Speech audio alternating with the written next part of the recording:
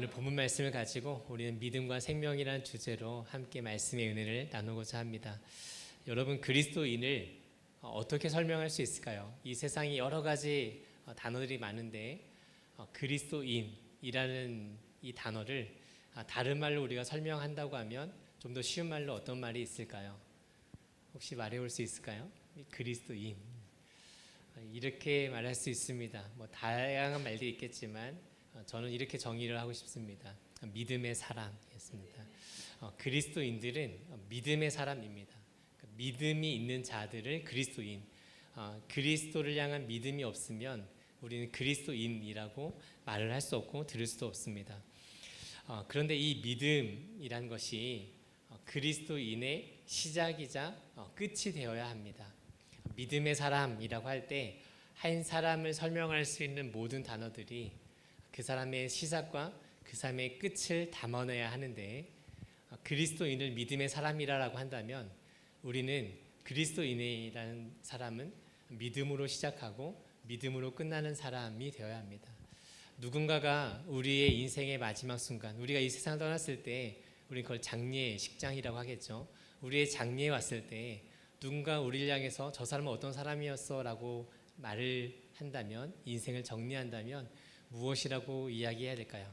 저 사람은 믿음으로 살다가 믿음으로 죽은 사람이야. 여러분, 이것이 그리스도인, 믿음의 사람이 되어야 합니다.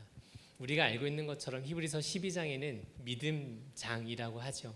많은 믿음의 인물들이 나와 있습니다. 그 모든 인물들을 설명할 때 앞에 수식하는 단어가 있죠. 뭐죠? 믿음으로입니다. 믿음으로 노아는, 믿음으로 아브라함은, 믿음으로 야곱은, 믿음으로 요셉은, 믿음으로 모세는, 믿음으로.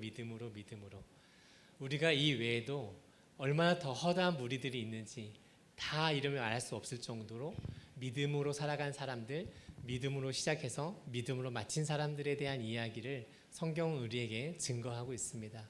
왜 증거하고 있을까요? 역시 이 시대에도 믿음으로 살아가는 우리들을 위하여서 여러분 또한 믿음으로 시작했으면 믿음으로 마치셔야 합니다를 권면하기 위해서 그렇습니다. 그래서 여러분, 이 믿음의 사람, 그리스도인의 인생이란 것은 믿음으로 시작하고 무엇으로 마쳐야 될까요? 믿음으로 마쳐야 합니다. 이것이 대단히 어려운 것입니다. 여러분, 우리가 예수 그리스도의 복음을 듣고 내가 예수님을 믿겠습니다 라고 하고 결단하는 순간부터 우리는 그리스도인으로서의 인생이 새롭게 시작이 됩니다. 이것을 성경에서 다른 말로 하면 거듭남이라고 하죠. 이전에는 우리가 믿음과 전혀 관계가 없었는데 이제 내가 예수 그리스도를 믿음으로, 들음으로 믿게 되었습니다. 이것을 우리는 믿음의 삶이 시작되었다라고 할 때 거듭남, 이전과는 전혀 새로운 삶, 다른 삶을 살아가게 되었다라는 것입니다. 이게 여러분 그리스도인이에요. 그러니까 믿음으로 시작했죠. 그러면 어떻게 마쳐야 됩니까? 믿음으로 마쳐야 합니다. 이게 대단히 중요한 거예요. 지금 내가 믿음으로 시작하고 믿음의 길을 살아가고 있는 것이 중요한 것이 아니라 우리의 인생의 마지막 순간, 우리의 호흡이 끝나는 순간, 우리의 코끝에서 호흡이 끝나는 순간에 우리는 그때도 믿음으로 주님 품에 안길 것인가, 믿음으로 우리의 인생의 마지막 순간을 맞이할 것인가, 이것이 여러분 믿음의 사람이라고 합니다. 이 말은 다른 말로 하면 수많은 사람들이 믿음으로 시작했지만 믿음으로 끝나지 않는다는 말입니다. 어떤 사람들은 믿음으로 시작해서 중간에 나는 도대체 이 길을 걸어갈 수가 없겠다 하고 포기하고 이 길을 떠나버리는 사람들이 있고, 또 어떤 사람들은 믿음의 길을 살아가고 있는데 믿음의 인생을 살아가다가 힘겨운 순간이 만났을 때, 시험을 당했을 때 거기에 주저앉아 결코 다시 일어나지 않고 그대로 눌러앉아 버리고 살아갑니다. 어떤 사람들은 믿음의 길을 가고 있지만 수많은 세상의 유혹 가운데 넘어지고 그 유혹에 휩쓸려서 다시 세상 가운데 흘러가게 됩니다. 그런데 여러분, 이 모든 사람들이 믿음을 완전히 떠난다는 이야기가 아닙니다. 그들 안에 믿음의 한 구석이 있는 것 같아 보이지만 결국 이들의 인생은 믿음으로 완전한 마무리를 짓지 못했다는 이야기가 됩니다. 그래서 여러분, 믿음은 어떻게 시작하느냐보다 어떻게 마치느냐가 훨씬 더 중요합니다. 믿으십니까? 여러분, 지금 우리는 그리스도인이기 때문에 이 자리에 나와 있습니다. 내가 예수님을 믿기에 이 자리에 나와 그 예수님 앞에 우리는 예배를 드립니다. 우리의 시간을 구별하여 우리의 생명을 들여서 하나님 앞에 예배를 드립니다. 그런데 이 믿음의 삶의 시작이, 믿음의 삶을 살아가고 있는 이 시간들이 마지막 순간까지 우리가 이것을 지켜나가야 되는 것이 믿음의 사람의 완전한 모습이 됩니다. 그러므로 믿음이란 것은 어떻게 해요? 시작하는 것보다 어떻게 마치느냐가 훨씬 더 중요한 거예요. 여러분의 믿음의 끝을 늘 생각하시길 바랍니다. 내가 오늘 예수님을 믿었다고 해서 아무렇게나 살아도 구원이 있는 것이 아니라, 내가 오늘 예수님을 믿었기에, 내가 오늘 예배를 드렸기에, 내가 오늘 찬송도 하고 기도도 했기 때문에 이제 구원이라는 보험을 하나 들어놓고 내가 살아갈 수 있다라는 것이 아니라, 이제부터 시작이고 우리는 끝까지 믿음의 싸움을 싸워가며 이 믿음의 경주를 마치는 그 순간, 그것이 바로 그리스도인, 믿음의 사람의 인생이라는 것입니다. 이것을 성경에서는 이렇게 표현합니다. 오직 의인은 믿음으로 말미암아 살리라라는 거예요. 믿음으로 뭘 하죠? 살아가는 것입니다. 믿음으로 살아가다가 우리의 죽음을 맞이하지만 그 믿음이 우리의 영원한 생명의 씨앗이 되어 우리를 영원한 생명으로 인도한다는 사실, 이것이 믿음은 곧 생명의 역사. 오늘 우리의 말씀의 제목처럼 믿음과 생명은 떼려야 뗄 수 없는 중요한 관계가 됩니다. 여러분의 믿음은 무엇입니까? 여러분의 생명이 됩니다. 우리의 믿음은 하나님께서 예비하신 영원한 아버지의 집, 그 아버지의 집에 가서 우리가 영원토록 누릴 수 있는 영원한 생명, 그것이 무엇이에요? 우리의 믿음입니다. 믿으십니까? 그래서 여러분, 오늘 우리는 이 말씀을 가지고 우리의 영원한 생명이 되는 우리의 믿음을 우리가 어떻게 끝까지 붙잡고 살아가야 될 것인가에 있어요. 여러분, 흔히 우리가 이 세상을 살아가다 보면 많은 사람들이 이런 이야기를 합니다. 돈 아무리 많이 벌어도 건강해야 돼. 건강하지 않으면 모든 게 다 의미가 없어 라고 합니다. 여러분이 병원에 가서 환자들을 볼 때마다 이 사람들이 아무 의식이 없고 그냥 호흡기에 호흡을 의존하고 살아가는 사람들을 볼 때마다 그 사람이 이제까지 살았던 모든 인생, 그리고 그 사람이 가지고 있던 모든 부가 어떤 의미가 있습니까? 우리는 그 앞에 인생의 허망함을 느끼곤 합니다. 과연 이 사람은 어떤 삶을 살았을까? 그리고 그의 끝은 어떻게 될 것인가? 그렇죠? 건강하지 않으면 세상에서도 아무런 의미가 없다고 이야기합니다. 마찬가지예요. 우리의 생명이 아니고서는 아무것도 의미가 없습니다. 맞습니까? 우리의 영원한 생명, 이 생명이 우리 안에 아무런 의미가 없다면 우리의 인생 가운데 영원한 생명, 지금 여러분이 살아 숨쉬고 있는 언젠가는 끊어질, 언젠가는 죽을 이 생명을 말하는 것이 아니라, 여러분이 죽었지만 예수 그리스도가 부활하신 것처럼 우리 안에 하나님이 예비하신 아름다운 하나님의 나라를 영원토록 우리가 누리며 살아갈 수 있는 그 우리의 영원한 생명이 우리의 인생 가운데 필요하지 않다면, 그것이 우리의 인생 가운데 아주 작은 한 부분에 불과하다면 여러분, 그것은 참으로 헛된 인생이고 불쌍한 인생이라고 성경은 우리에게 분명하게 이야기하고 있습니다. 성경은 우리에게 왜 주어졌는가? 성경이 우리에게 무엇을 말하고 있는가? 우리를 무엇으로 인도하는가? 이것이 여러분들과 오늘 함께 나눌 이야기 말씀의 핵심이 될 것입니다. 마찬가지로 여러분, 우리가 생명이 우리 안에 정말 중요하다고 한다면 말씀드린 대로 이 생명을 우리에게 이끌어가는 것이 무엇입니까? 우리를 생명으로 인도하는 것이 무엇입니까? 믿음이어야만 합니다. 이렇게 볼 때 우리는 믿음이 없이는 우리가 그토록 중요하게 여기는 생명조차도 우리와는 무관하게 될 것입니다. 건강하지 않으면 아무것도 소용이 없습니다라고 말하는 것처럼 세상은 이렇게 이야기할지 모르지만 우리는, 그리스도인들은 믿음이 없으면 우리는 아무것도 아닙니다. 믿음이 아니면 우리는 영원한 생명을 얻을 수 없습니다. 믿음은 곧 생명이요, 생명은 곧 믿음입니다라는 것이 우리의 분명한 고백이 되어야 합니다. 이것이 그리스도인이에요.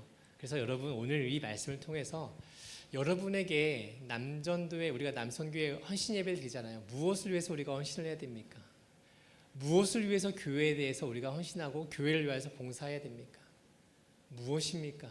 그것이 여러분의 영원한 생명과 연관이 없다면, 그것이 여러분의 믿음과 연관되지 않는다면 그 모든 것은 껍데기에 불과합니다. 우리가 인생의 마지막 순간에 아무것도 아닌 주님 앞에 섰을 때 주님 내가 가진 것이 이것입니다라고 주어줄 수 있는 게 드릴 수 있는 게 무엇입니까? 우리의 믿음입니다. 그 믿음으로 온전하게 세워지는 은혜가 오늘 이 시간 여러분들에게 특별히 우리 바울 남성교회 위에 함께 하시기를 주님의 이름으로 축원드립니다. 그렇다면 믿음과 생명이 어떤 것들이 있는가? 첫 번째로 살펴볼 것은 믿음과 생명은 기록된 말씀으로만 가능하다는 사실입니다. 오늘 여러분 30절 말씀, 31절 말씀 한번 볼까요? 오직 이것을 무엇하면이죠? 기록함은이에요. 오직 이것을 기록함은이에요. 하나님은 성경을 분명히 기록하도록 명령하셨습니다. 믿으십니까? 우리의 믿음과 생명의 역사는 기록된 말씀 위에서만 가능합니다. 기록된 말씀을 통해서만 가능합니다. 그러니까 성경을 덮어놓고 다른 것들로 우리가 영생을 말하고 다른 것들로 우리의 믿음을 말하고 다른 것들로 우리의 믿음을 위한 어떤 행위를 한다고 해도 그것은 기록된 말씀이 아닌 이상 성경이 말하는 믿음, 성경이 말하는 영생, 성경이 말하는 생명과는 무관한 것입니다. 하나님은 우리에게 분명하게 말씀하시고 남겨주신 선물이 있습니다. 무엇입니까? 기록된 하나님의 말씀입니다. 요한복음의 마지막 장이 우리는 이제 가고 있어요. 요한복음 21장까지 있는데 요한복음 20장 이제 사도 요한이 예수 그리스도에 대한 이야기를 정리하면서 쓴 글입니다. 오직 이것을 기록하면 너희로 예수께서 하나님의 아들 그리스도이심을 믿게 하려 함이로 이것을 기록하면 이렇게 말하고 있죠. 요한복음의 시작은 무엇입니까? 이렇습니다. 요한복음 1장 1절에 이렇게 이야기하죠.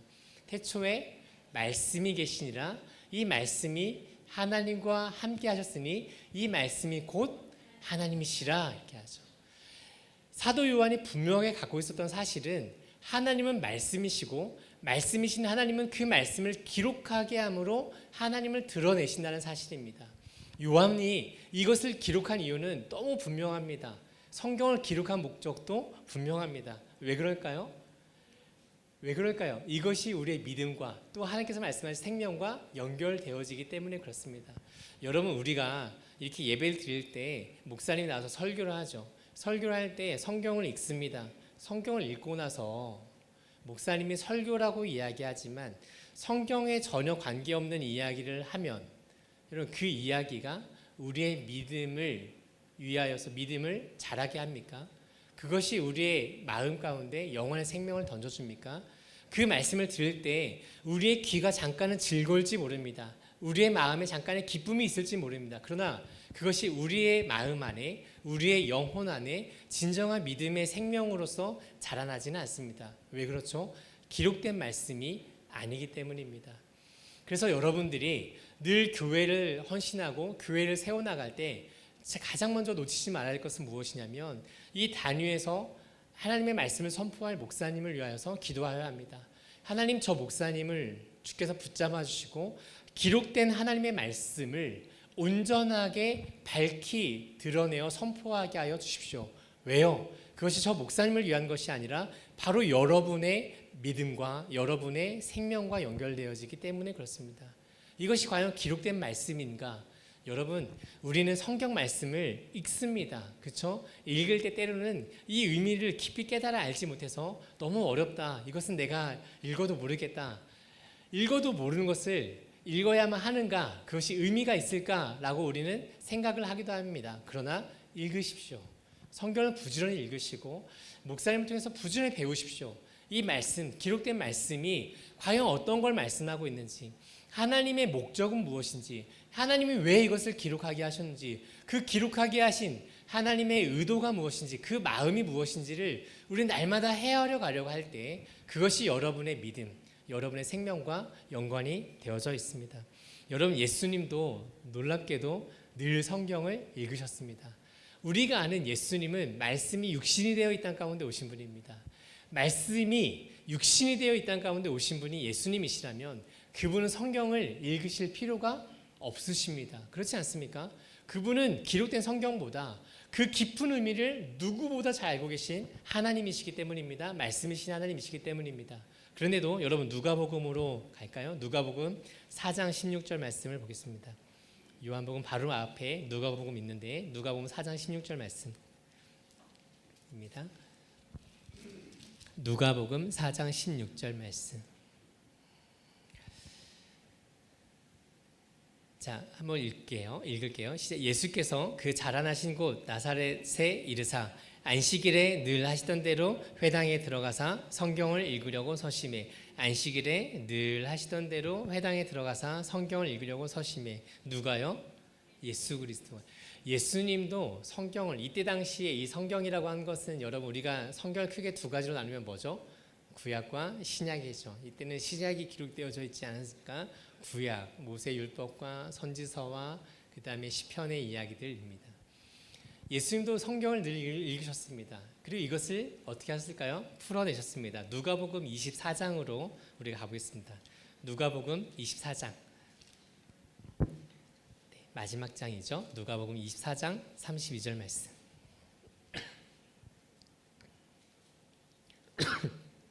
시작. 그들이 서로 말하되 길에서 우리에게 말씀하시고 우리에게 무엇을 풀어주십니까? 성경을 풀어주실 때 우리 속에서 마음이 뜨겁지 아니하더냐. 예수님은 늘 말씀을 가지고 인용하셨고 그 말씀을, 기록된 말씀을 제자들에게 설명해 주었습니다. 자세하게 풀어주었습니다. 그때 그들의 마음이, 제자들의 마음이 뜨거워졌다라고 이야기합니다. 여러분, 예수님도 무엇을 인용하셨습니까? 기록된 말씀을 인용했습니다. 뭐예요? 기록된 말씀을 예수님도 늘 가까이 하셨다는 거예요. 그리고 그 말씀을 예수님은 설교, 설명, 풀어줬다라고 이야기합니다. 그리고 그 말씀을 삶으로 증거하셨습니다. 이것이 예수 그리스도의 삶입니다. 여러분, 그렇다면 말씀이신 예수님이 그 말씀을 늘 가지고 묵상하고 그 말씀을 풀어주셨던 것처럼 우리 또한 그 예수님을 믿는 자들, 그 예수님을 따르는 우리가 말씀을, 기록된 말씀을 읽어야 하지 않겠습니까? 이 기록된 말씀을 통하여서 예수님이 그러신 것처럼 그 말씀을 가지고 우리가 살아가야 하지 않겠습니까? 이것이 바로 우리의 믿음과 우리의 생명을 위한 하나님의 선물이었습니다. 하나님은 말씀하시고 그것을 기록하게 하시고 그 기록된 말씀을 세대에서 세대로 흘러가게 하시면서 그 말씀을 통하여 듣는 자들, 배우는 자들 깨닫게 하시고 그 다음에 믿음을 일으키시고 그들의 삶을 어디로 인도하십니까? 생명으로 인도하시는, 이것이 바로 하나님의 놀라운 계획입니다. 고린도 전서에서 예수님에 대한 삶을 사도 바울이 요약할 때 이렇게 이야기합니다. 성경대로 죽으시고 성경대로 부활하사. 예수님의 삶이 성경 그 자체에서 기반됐다는 것을 모든 제자들도 알고 있었습니다. 그러므로 예수님을 믿는 우리 또한 성경을 기반으로 우리의 믿음이 세워지지 않는다면 우리는 예수님과는 전혀 다른, 예수님을 입으로 말하지만 예수님이 보여셨고 예수님이 살아가셨던 삶과는 전혀 다른 삶을 살아가게 됩니다. 참 아이러니컬하게도, 참 슬프게도, 참 안타깝게도 오늘날 한국교회에 수많은 이단들이 많죠. 우리가 잘 알고 있는 이단들이 많습니다. 한국 안에, 기독교라고 불려지는 안에. 그 이단들은 성경에 대해서, 기록된 말씀에 대해서 매우 열심입니다. 그렇지 않습니까? 여러분, 만약에 길을 가시다가 이단들을 만나셔가지고 그들과 한번 성경으로 대결을 해보실 수 있겠습니까? 여러분, 게임이 안 될 겁니다. 그런데 우리가 정통 교단이라고 하는 우리는 그 말씀 자체에 대하여 너무나 덮어놓고 있습니다. 이 말씀이 우리의 믿음에, 우리의 영원한 생명에 정말 결정적인 기준이 된다는 것을 우리는 알고 있으면서도 하나님이 그렇게 우리의 믿음과 생명을 위해서 기록을 하게 하셨음에도 불구하고 우리는 그 말씀과 전혀 무관한 삶을 살아가면 관심이 없습니다. 사랑하는 여러분들이요, 여러분들이 우리가 헌신 예배를 드릴 때 헌신, 우리의 몸을 드린다. 말씀을 좀 더 사랑하십시오. 기록된 말씀을 사랑하는 것만큼 진정한 헌신은 없습니다. 말씀을 사랑한다는 건 무엇입니까? 여러분, 성경을 꺼내어 읽기가 쉽습니까? 쉽지 않아요. 헌신하십시오. 헌신하십시오 할 때 교회 한번 나오는 것은 쉬울지 모르지만 우리의 삶에서 말씀에 대해 우리가 관심을 갖고 이 말씀을 내가 배우고 이 말씀에 따라서 내가 예수님을 더 알아가고 싶습니다라고 하는 것은 정말 쉬운 문제가 아닙니다. 진정한 헌신은 여러분이 말씀 앞에 더 가까이 서는 것입니다. 오늘도 이 말씀이 나를 살리는 말씀입니다. 오늘도 기록된 말씀이 하나님의 분명한 마음이 담겨져 있고 하나님의 분명한 목적이 이곳에 있고 하나님의 사랑이 이 가운데, 우리를 향한 구원의 역사가 이 가운데 있다는 것을, 우리를 어떻게 인도하시는가, 세상이 우리를 얼마나 뒤흔들지 모르지만, 자꾸 우리를 유혹할지 모르지만, 그럼에도 불구하고 끝까지 우리를 믿음의 길로 달려가게 하실 그 하나님의 놀라운 사랑이 기록된 말씀에 있다는 것을 우리는 점점 깨달아 알아가게 될 것입니다. 그러므로 말씀에 무너지면 우리는 믿음의 길을 끝까지 달려갈 수가 없습니다. 지금은 내가 믿음의 사람으로 서 있어 보이는 것처럼 보일지 모르지만, 우리가 말씀 앞에 더 가까이 나아가지 않으면 우리는 언젠가 자꾸만 우리의 믿음이 꼬꾸라지고 말 것입니다. 제 첫째 아들이 인도네시아에 있잖아요. 이 아이들이 얼마 전에 저한테 전화를 해가지고 이런 통화를 해요. 잘 지내니? 아니요, 잘 못 지내요. 왜? 무슨 일 있니? 아니요, 정말 아무 일 없어요. 내 삶은 너무나 평안합니다. 학교 잘 다니고요, 교회 잘 다니고요, 너무 좋습니다. 그런데 어디 아프니? 아니요, 건강합니다. 근데 왜 잘 못 지내? 교회를 가서 예배를 드리고 와도 기쁨이 없습니다. 큐티는 하는데 도대체 이 말씀이 더 이상 내 안에 이렇게 들어오는 것 같지 않습니다. 요즘은 이제 학교에서 공부하는 책들 있잖아요. 그 책을 열심히 보면 너무 재밌답니다. 책을 보면서 이제 철학책도 보고 하다 보니까 성경도 읽으면, 말씀도 읽으면 그냥 철학책이 하나처럼, 세상의 책처럼 느껴집니다. 근데 내 삶은 너무나 아무렇지 않습니다. 그래서 잘 못 지냅니다. 이런 거예요. 어떻게 해야 될까요, 아버지? 저한테 물어봐요. 그렇지, 신앙의 권태기가 누구나 찾아오는데 문제가 하나 딱 있어.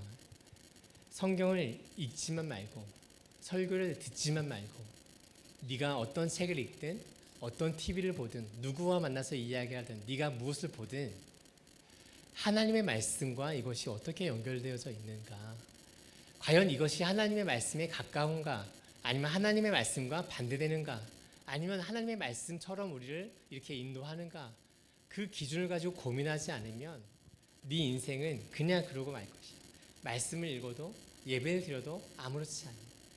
여러분, 기록된 말씀이란 것을 우리가 가까이 간다는 것은 이런 것입니다. 단순하게요, 여러분, 말씀을 내가 읽어야 되겠습니다. 기록된 말씀을 내가 들어야 되겠습니다. 여러분, 한 번 더 나아가 그 말씀이 여러분의 삶의 모든 영역 가운데 그것을 내가 어떻게 연결시키고 과연 하나님은 뭐라고 말씀하시지를 여러분 고민해 보셔야만 합니다. 이것이 우리가 교회 안에 점점점 없어져 갈수록 우리는 그 말씀을 읽는 것이 그냥 하나의 행위가 되고 예배를 드리는 것이 하나의 습관이 되어서 어느 순간 그것이 우리의 믿음과 우리의 생명에 역사하는 것이 아니라 그냥 또 하나의 그러면서 그때 우리가 보이는 현상도 있습니다. 이 교회는 뭐가 어떻고, 저 목사님은 뭐가 어떻고, 저분은 뭐가 어떻고, 저 권사님은, 저 집사님은, 우리의 생각들이 하나님의 말씀을 듣지만, 그 말씀을 읽지만, 말씀으로, 기록된 말씀으로 우리의 생각을 자꾸만 바꿔나가려고 하지 않으면 우리는 이 신앙생활조차도 습관이 되어져 가다가 결국은 다른 것들을 탓하게 되고 우리는 어떻게 할까요? 우리의 믿음을 놓아버리게 될 것입니다. 여러분, 다시 한번 말씀드리지만 믿음은 시작보다 끝이 중요합니다. 여러분이 어떻게 이 자리에 왔는지 그것은 중요하지 않습니다. 참 감사하지만, 놀랍지만 그것보다 더 중요한 것은 여러분의 인생의 마지막, 여러분의 믿음의 마지막 순간의 모습입니다. 그러기 위해서 우리는 이 기록된 말씀을 가지고 조금 더 우리의 삶을 가까이 들여다보아야만 합니다. 두 번째로, 믿음과 생명의 역사는 이 기록된 말씀이 예수 그리스도에 관한 이야기라는 것을 우리는 믿어야만 합니다. 오늘 다시 말씀을 여러분 한번 돌아가 봅시다. 요한복음 20장 30절 31절 말씀입니다. 31절 말씀 볼까요? 오직 이것을 기록함은 너희로 예수께서 하나님의 아들 그리스도이심을 믿게 하려 하며, 이 기록한 목적이 예수가 하나님의 아들 그리스도이시다라는 이야기를 증거하려고 기록했다고 합니다. 성경은 예수 그리스도에 관한 이야기라는 이야기예요. 성경은 누구의 이야기예요? 예수님에 대한 이야기입니다. 구약도 예수님이고 신약도 예수님이고, 신구약 모든 이야기들이 예수가 그리스도 되신다는 것을 우리에게 증거하기 위하여, 우리로 하여금 믿게 하기 위하여 기록되었다라고 이야기합니다. 성경은 우리가 이 세상 살아갈 때 어떤 지혜를 가지고 살아가야 되는가라는 것을 알려주기 위한 것이 아닙니다. 우리의 처세가 아니에요. 여러분, 우리가 힘들 때 하나님께 어떻게 기도해야 되는가, 우리가 우리의 믿음이 연약할 때 어떻게 우리의 믿음을 회복하기 위해서 해야 되는가, 이러한 우리 삶에 대한 이야기가 아니라 더 모든 중요한 이야기는 조금 더 강조해서 지나치게 이야기하자면 우리의 인생에 관심 있는 것이 아니라 예수 그리스도의 삶을 바라보라라고 이야기하고 있습니다. 우리는 늘 성경을 바라볼 때 우리의 삶을 보려고 합니다. 그러지 않습니까? 우리가 어떤데, 지금 내가 어떤데, 내가 주님 앞에 이렇게 기도하고 있는데, 내가 이걸 가지고 주님 앞에 어떻게 해결하려고 하는데, 늘 우리의 인생의 중심을 가지고 성경을 이용하려고 합니다. 그러나 성경이 우리에게 기록된 목적은 예수님에 대하여 관심을 가지라고 이야기합니다. 너의 인생에 관심을 갖는 것이 아니라 예수님이 어떤 분이신가, 예수가 그리스도 되신가, 예수가 그리스도 되신다고 할 때 예수 그리스도의 의미는 무엇인가, 그것이 우리 삶에 무엇을 고백하게 하고 우리 삶을 어떻게 달라지게 하는가를 우리가 예수님에 대한 이야기를 분명히 붙잡으면 우리의 인생은 그렇게 변화되어져 가게 되어져 있습니다. 믿으시기 바랍니다. 내가 어떻게 살아가려고 노력하는 것이 중요한 것이 아니라 예수님에 대한 이야기가 우리한테 더 분명하게 들려질수록, 비추어질수록, 그것이 우리 눈에 보일수록 우리는 예수님을 따라가는, 그래서 우리의 인생 자체가 예수 그리스도의 제자들로 살아가게 되는, 그것이 성경이 우리에게 인도하는 능력입니다. 우선적으로 우리의 삶이 힘들어서 주님 앞에 나오는 경우들도 많이 있습니다. 전도를 하다 보면 많이 여러분 어려울 때에 이 전도가 잘 통하죠. 그렇죠? 너무 부유하고 평안하면 예수님 믿으세요라고 하면 그게 듣지 않습니다. 아쉬움이 없기 때문에 그렇습니다. 어렵고 힘들고 다 해봤는데 방법이 없고, 아무리 기도하고 이 병원 저 병원 다녀봐도 방법이 없습니다. 혹시 하나님 살아계시다면 그때 우리는 혹시라도 하나님 한번 물에 빠진 사람이 지푸라기라도 붙잡듯 하나님 한번 찾아보려고 예수를 믿는 경우들이 많습니다. 그렇죠? 그러나 제가 다시 말씀드린 건 어떻게 예수를 믿든 간에 관계없이 우리가 그 믿음의 길에 들어섰다면 끝까지 그 믿음의 길을 달려나가기 위하여 이제는 우리 자신의 삶을 위하여 예수 그리스도를 믿는 것이 아니라 예수 그리스도가 과연 어떤 분이신지에 대하여 우리는 기록된 말씀을 가지고 알아가야 된다는 사실입니다. 예수님을 믿으면, 예수 그리스도가 누구신지 알면 그것이 우리 삶에 도움이 됩니까? 라고 묻는다면 실제 도움이 되지는 않습니다, 여러분. 그것이 여러분의 직장 생활하고 여러분이 사업장에서 예수님의 그리스도 되신다라고 알아가는 것이, 그것이 여러분의 사업과 무슨 의미가 있을까? 어떤 도움이 될까? 실질적으로 우리 삶에 도움이 일어날까? 여러분, 제가 미얀마에 있잖아요. 그들에게 만나서 이걸 말씀을 가르칠 때마다 그들이 느끼는 건 늘 한 가지입니다. 여러분보다 더 어려운 삶이잖아요, 미얀마 사람들이. 교회는 가야 되겠는데 당장 오늘 내가 출근을 하지 않으면, 공장에 나가지 않으면 수입이 없습니다. 벌금을 더 많이 내야 됩니다. 미얀마는 이 결근하면 벌금을 내요. 그러니까 월급에서 깎이는 거죠. 그걸 더 좋아합니다, 혼내는 것보다. 근데 이 사람들한테는 오늘 가서 내가 교회 가서 예배드리면 잠깐 내가 신앙으로서 한 의문은 했을지 모르지만 실제로 내 삶에 유익이 아니라 마이너스가 되는 거죠. 손해가 되는 거죠. 그들에게 여러분, 예수님이 그리스도 되심을, 그것이 여러분의 인생의 중심이 되심을 믿으십시오라고 이야기할 때 그들에게 어떻게 이걸 다가갈 수 있겠습니까?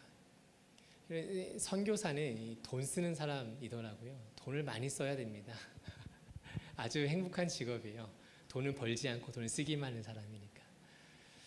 근데 늘 그런 고민을 합니다. 이 사람들을 내가 생계를 위해서 좀 이걸 도와줘야 되나? 이걸 도와줘야 되나? 정말 안타까운데 이렇게 해줘야 되나? 이렇게 해줘야 되나? 고민을 합니다. 근데 늘 그 고민을 할 때 내가 이것을 이렇게 도와주면 복음보다 당장 목구멍이 포도청이라고 이것을 가지고 이 사람들이 교회에 나오게 되지 않을까? 그러니까 여러분, 이거는 무슨 말 이해되세요? 복음의 가치가 그냥 쌀 한 포대의 가치가 되는 겁니다. 복음의 가치가 돈 10만 원의 가치가 되는 겁니다. 이 복음의 가치를 아닌데, 이 복음의 가치가 그게 아닌데, 그리고 복음에 붙들려 보면 하나님이 우리의 인생을 어떻게 책임져 주신다는 것을 좀 나를 보면 그 사람들이 알 텐데 내가 지금 그 사람들이 힘들다고 이거 한 끼를 도와주고 교회로 오게 하는 게 맞을까라는 거예요. 저희 장인어른이 저희 적자 쌀 가게라고 이 쌀 가격을 다른 시중보다 낮게 판매를 하죠. 이거를 교회 안에 다니는 사람들만 한정할까라고 최근에 저한테 말씀하시더라고요. 왜냐하면 교회 사람들이 자꾸 줄어들고 있으니까. 그래서 제가 말씀드렸어요. 아버님, 그냥 그것은 그 일대로 하시고 교회는 교회대로 가십시오. 이게 좋을 것 같습니다. 교회 온다고 이 쌀 한 되를 세상보다 다른 바깥에 조금 더 싸게 산다고 해서 교회를 나온다면 이 사람들의 평생 동안 복음의 진짜 가치가 아니라 그 쌀 한 대의 가격 때문에 교회를 다니는 사람이 될 것입니다. 여러분, 선교사로서 무엇을 고민하는지 아시겠습니까? 자, 이것을 오늘날 한국교회로 적용해 보면 한국교회 담임 목사님들이 성도님들을 대할 때 같은 마음일 것입니다. 성도들이 목사님 실제 우리 삶은 이렇게 어렵습니다. 목사님 말씀 다 맞죠? 새벽기도 해야 되죠? 주일 성수 해야 되겠죠? 그러나 이렇게 하게 되면 내 사업장에 내 직장에 이런 문제가 있습니다라고 할 때 목사님은 사회생활 안 해보셔서 모르시잖아요. 목사님 우리가 얼마나 성도들이 얼마나 세상 가운데 힘겹게 살아가는지 목사님 모르시잖아요 라고 할 때 목사님들의 마음은 동일할 것입니다. 맞습니다. 여러분 힘드시죠?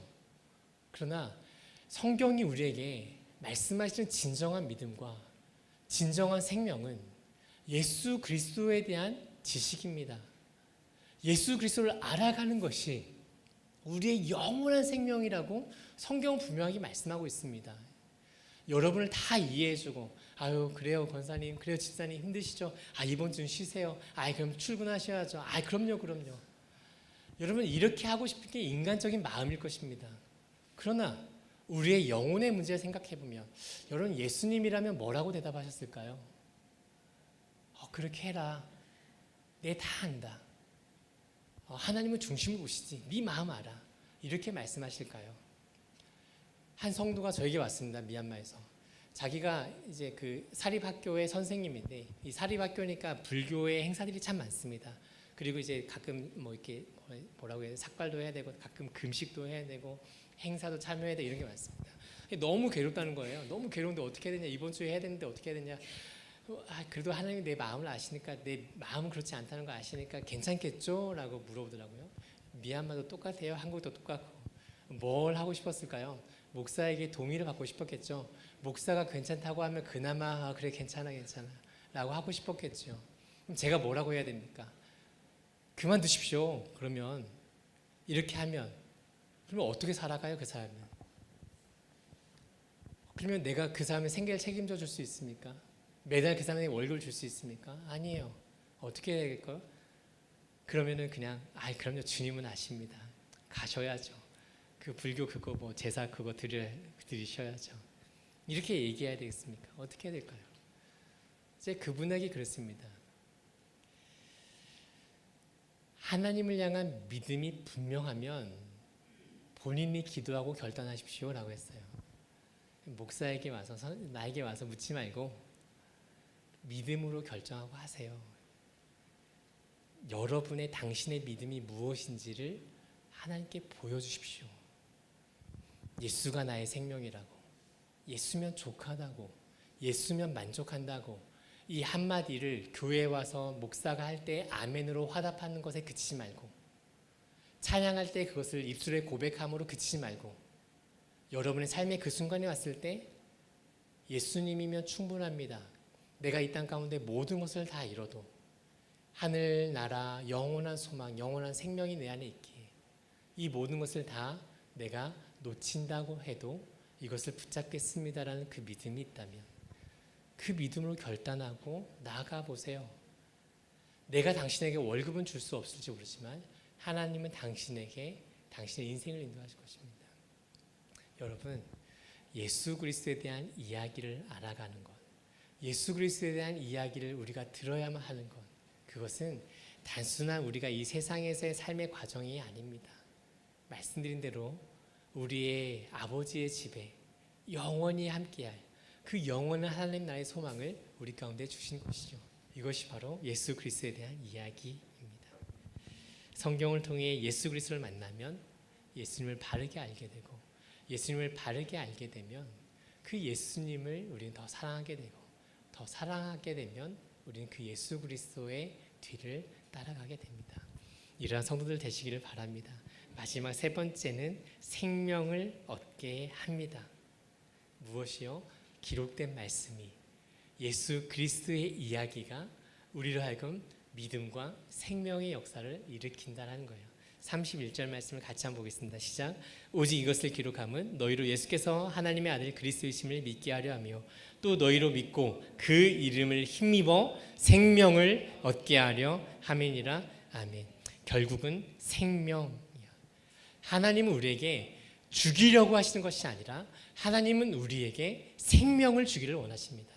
하나님의 말씀이 기록하게 하신 것도, 기록되게 하신 것도 여러분 우리에게 그 영원한 생명이 아니고서는 우리가 아무 존재도 아니라는 것을, 우리를 창조하신 하나님이 그 사실을 너무나 잘 알기에 우리 가운데 가장 필요한 것, 우리를 위해 가장 중요한 것이 무엇인지를 너무나 잘 아시는 하나님이 우리에게 영원한 생명을 주기 위하여, 우리 안에 그 믿음의 역사를 일으키기 위하여 하나님의 말씀을 기록하게 하시고 그 기록된 말씀으로 예수가 그리스도이심을 증거하게 하시고 그 말씀을 우리로 하여금 믿어 생명에 이르게 하신 하나님의 놀라운 은혜입니다. 하나님의 말씀이 생명입니다. 하나님의 말씀이 우리의 믿음이 되고 그 하나님의 말씀이 그래서 생명이 되는 것입니다. 요한복음 3장 16절 말씀을 다들 아시죠? 하나님이 세상을 이처럼 사랑하사 독생자를 주셨으니 이는 그를 믿는 자마다 뭘 하지 않죠? 멸망하지 않고 무엇을? 영생을 얻게 하려 하심이라. 여러분 우리가 뭐 하다가 흔히 우리 뜻대로 안 될 때 그냥 습관적으로 입에서 나오는 말이 있죠. 망했다. 그렇죠? 망했다. 이제 뭐 그냥 웃은 얘기로요. 저희 아이들이, 제가 아들만 셋이라고 했잖아요. 이 아이들 어렸을 때 같이 이제 게임을 이렇게 막 합니다. 2대2로 할 수 있죠. 2대2로 그 뭐죠? TV 연결해서 하는 그 게임이 있습니다. 이 게임을 하다 축구 게임을 저희가 하는데 저희 큰 아들이 뭘 하다가 막 응원하다가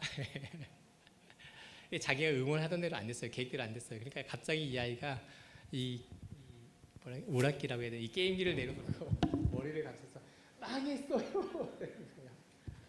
자기 뜻대로 안 됐다고 망했다는 거예요. 이거 망했어요. 큰일 났어요. 아버지 망했어요. 여러분 우리는 하나님 앞에서 정말 사소한 것 가지고 아버지 입장에서는 야 그게 뭐가 망했냐? 야 그걸로 안 망해. 네 인생도 안 망하고 지구도 안 망해. 이런 마음이잖아요. 근데 그냥 이 아이의 눈에서, 이 아이의 생각에서는 그냥 끝난 것 같은 거예요. 내 인생이 끝났구나, 망했구나. 하나님 앞에 여러분 우리가 진짜 망하는 건 뭘까요? 우리가 생각하는 망함과 하나님이 우리를 바라보실 때 망함이 같을까요? 다를까요? 차원이 다르지 않겠습니까? 우리는 이거 가지고 망했다고 해요. 이제 내 인생은 끝났다라고 해요. 근데 하나님이 진짜 네 인생 끝났어라고 하는 건 뭐예요? 그 예수 그리스도를 믿지 않는 거예요. 너 인생 진짜 끝났구나. 네 사업이 망하게 끝난 게 아니라, 네 건강이 상하게 끝난 게 아니라, 네 집안이 망하게 끝난 게 아니라, 네 인생이 진짜 망한 게 뭔지 알아? 끝난 게 뭔지 알아? 하나님의 아들 예수 그리스도를 믿지 않는 거야 라고 말씀하시는 거예요. 그런데 하나님이 원하시는 건 그 멸망에 이르는 것이 아니라 영원한 생명에 이르는 것이라고 성경은 너무나 분명하게 증거하고 있습니다. 사랑하는 여러분, 오늘 우리는 다시 그 말씀을 가지고 우리 삶을 한번 돌아봅시다. 우리는 믿음이라는 것으로 우리가 그리스도인이라고 이야기를 하죠. 나는 교회 다닙니다. 나는 그리스도인입니다. 나는 믿음의 사람입니다. 나는 예수를 믿는 사람입니다. 예수가 그리스도이심을 믿는 사람입니다. 여러분 이러한 고백들이 여러분의 그 믿음이 우리를 어디로 인도합니까? 하나님께서 말씀하신 영원 생명으로 인도하신다는 사실이에요. 그것이 아니고서는 우리 삶 가운데 정말 중요한 것은 아무것도 없다라고 이야기합니다.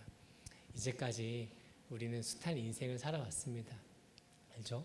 힘들게 살아왔고 많이 기도하고 눈물로 기도하며 우리는 이 시간까지 우리의 믿음을 지켜왔습니다.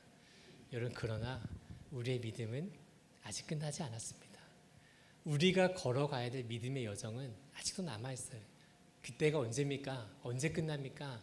우리는 아무도 그것을 예측할 수도 말할 수도 없지만, 알 수도 없지만, 그러나 우리에게 분명한 것은 그 순간까지 하나님, 내가 믿음을 붙잡고 살아가게 하여 주옵소서. 하나님, 이 땅에서의 이 수고로웠던 삶들이 우리 아버지의 예비하신 영원한 집에 들어가게 되면 영원한 생명을 누리는 것, 그것을 포기하는 미련한 자가 되지 않게 하여 주옵소서. 여러분, 이것이 우리의 믿음과 생명, 우리가 붙잡아야 될 하나님의 말씀입니다. 오늘 우리는 이 주어진 말씀을 가지고 끝까지 그 믿음의 길을 달려갈 수 있기를, 말씀을 더 사랑하십시오. 말씀을 통하여 예수 그리스도가 여러분 인생의 진짜 주인 되심을 날마다 더 느끼려고 하십시오. 그리고 그것을 통하여 우리 안에 영원한 생명이라는 것을, 그냥 내가 한 끼를 굶을 수 있어도, 내가 조금 더 내 삶이 어려워질 수 있어도 영원한 생명을 얻게 해주신다는 것을, 이것이 하나님의 놀라운 은혜요, 우리를 자녀로 삼아주시고 우리가 아버지라고 할 때 우리의 하나님됨을 부끄러워하지 않으시는 그 하나님의 놀라운 선물이라는 것을 늘 기억하고 살아갈 수 있는 여러분 모두가 되시기를 주님의 이름으로 축원드립니다. 특별히 오늘 우리 바울 남선교회 아까 특송을 하실 때 아주 보기 좋더라고요. 역시 남자들이 기둥입니다. 그렇죠? 여러분들이 이 기둥 같은 믿음으로 교회의 기둥 같은 일꾼들이 되어서 하나님이 약속하신 그 영원한 생명을 누릴 수 있는 귀한 우리 남선교회 성도님들 되시기를, 또 여러분들을 통해서 여러분들의 가정이, 모든 식구들이 그런 기둥 같은 믿음으로 세워져가는 아름다운 축복이 임하기를 주님의 이름으로 축원드립니다. 기도하겠습니다.